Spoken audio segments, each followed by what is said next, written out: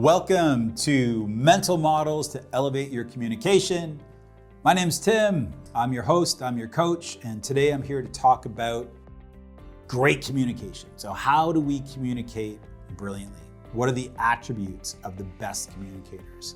So I spent many years as a coach with people asking me this question, saying, "Hey, so Tim, what are the characteristics of a great communicator? What are the most important elements?" And I worked for years creating a list and force ranking it so that it was clear in priority and challenging people to correct me, to say, "Hey, you've got this list wrong." So that's what I want you to do as you listen. I want you to be very skeptical, and if you think I've got one of these wrong or in the wrong order, or there's a missing attribute, I want you to contact me and let me know, because I want to improve, right? So here's the idea. There are 4 attributes that if you get these right, you're going to be a stellar communicator. They are authentic, clear, confident, and flexible. Now, they're all critically important, but they are forced ranked in order. So let me talk you through them. So authentic. Do what you want. Put it at the top of the house, say it's the roof, it's the umbrella.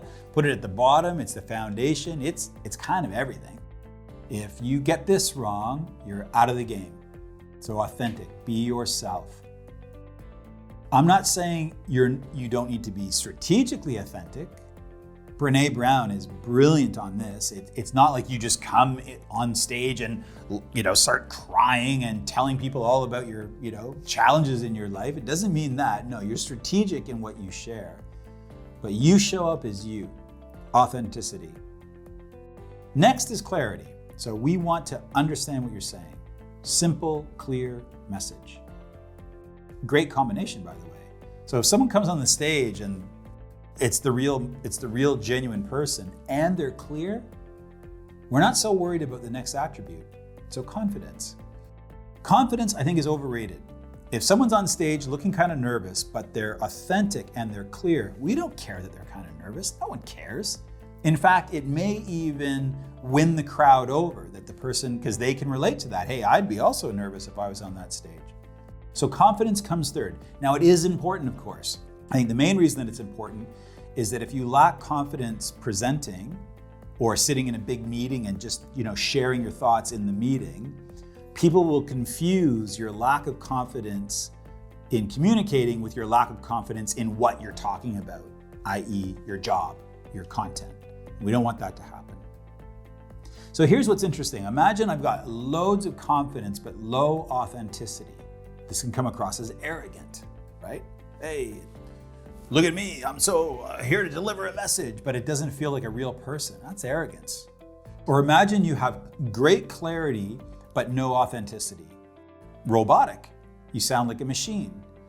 So you want all 3 of those in order. The 4th, flexible. So flexible is important in the corporate setting in particular because things never go as planned. You don't have as long to present as you were told. Oh, you thought you had 30 minutes? Sorry, the last presenter went long, you only have 20. You thought that there was going to be one set of people in the room and it's another, and they have a totally different set of questions.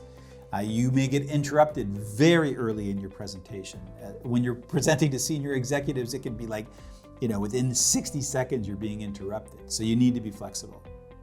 So those are the 4 attributes, and I encourage you to work on cultivating all 4. And just remember, never, ever, ever lose number 1, your authenticity.